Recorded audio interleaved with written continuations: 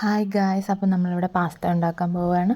അപ്പോൾ അതിന് വേണ്ടിയിട്ട് പാസ്ത എടുത്ത് ജസ്റ്റ് ഒന്ന് കഴുകിയതിന് ശേഷം അത് മുങ്ങി നിൽക്കുക കുറച്ച് അത് വെള്ളം എടുത്ത് ആവശ്യത്തിന് ഉപ്പും ശകല എണ്ണയും കൂടെ ചേർത്ത് അതിങ്ങനെ ഒട്ടിപ്പോകാതിരിക്കാൻ വേണ്ടിയിട്ടാണ് വെച്ചതിന് ശേഷം അതിന് നന്നായിട്ട് തിളപ്പിക്കാൻ വേണ്ടി വെക്കുക.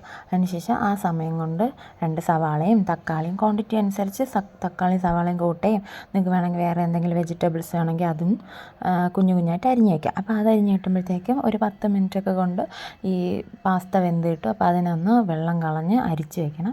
എന്നിട്ട് ഇതുണ്ടാക്കാൻ വേണ്ടിയിട്ട് ഒരു പാത്രം അടുപ്പത്ത് വെച്ച് അതിലാവശ്യത്തിന് എണ്ണ ഒഴിച്ച് ഈ അരിഞ്ഞ് വെച്ച സവാള ഇട്ട് ആവശ്യത്തിന് ഉപ്പിട്ട് വഴറ്റി അതിൻ്റെ കളറൊന്ന് മാറുമ്പോഴത്തേക്കും അതിൽ ആ തക്കാളി ഇട്ട് ഒന്ന് വഴറ്റാൻ വെക്കണം.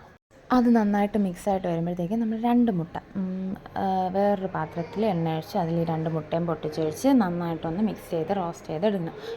ഈ മിക്സിൽ കൂടെ ഇടാന്ന് വെച്ചാൽ അത് നന്നായിട്ട് അങ്ങ് മിക്സായിപ്പോൾ അതുകൊണ്ട് മാത്രം വേറെ പാത്രത്തിൽ മിക്സ് ചെയ്തിട്ട് ഇതിലോട്ട് തട്ടിയിട്ട് അതിൽ കുറച്ച് മുളക് പൊടി എന്ന് പറയുമ്പോൾ ഞാൻ മല്ലിപ്പൊടിയും മുളകും കൂടെ മിക്സ് ചെയ്ത് വറുത്ത് വെക്കുമല്ലോ, അതൊട്ട് ഇല്ലെങ്കിൽ സെപ്പറേറ്റ് ആയിട്ട് ഇട്ടാൽ മതി.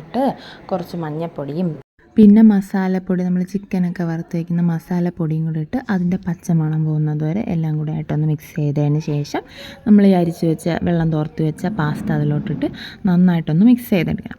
അപ്പോൾ അത്രേ ഉള്ളൂ, നമ്മുടെ പാസ്ത ഇവിടെ റെഡിയായി. നല്ല ടേസ്റ്റാണ് ചായയുടെ കൂടെ, അല്ലാതെ നമുക്കിപ്പം അല്ലാതെയൊക്കെ കഴിക്കാം, ബ്രേക്ക്ഫാസ്റ്റ് അങ്ങനെ എന്തെങ്കിലുമൊക്കെ ആയിട്ട് കഴിക്കാം. പിന്നെ ഞാനതിൽ മസാല ഇല്ലാതെ ആദൂസിന് വേണ്ടി സെപ്പറേറ്റ് ചെയ്ത് വെച്ചിരുന്ന ഉള്ളിയുടെ മിക്സും പിന്നെ കുറച്ച് മുട്ടയായിട്ട് കുറച്ച് പാസ്തയും കൂടെ ഇട്ട് ആദൂസിന് വേണ്ടിയിട്ട് മാറ്റി വെച്ചിരുന്നു. അവർക്ക് എരിവ് പറ്റത്തില്ല. അപ്പോൾ അത്രയേ ഉള്ളൂ. എപ്പോഴും പറയുന്ന പോലെ വീഡിയോ ഇഷ്ടപ്പെട്ടാൽ ചാനലൊന്ന് സബ്സ്ക്രൈബ് ചെയ്യാനും ലൈക്ക് ചെയ്യാനും എന്തെങ്കിലും ഡൗട്ട് ഉണ്ടെങ്കിൽ കമൻറ്റ് വഴി ചോദിക്കാനും മറക്കണ്ട.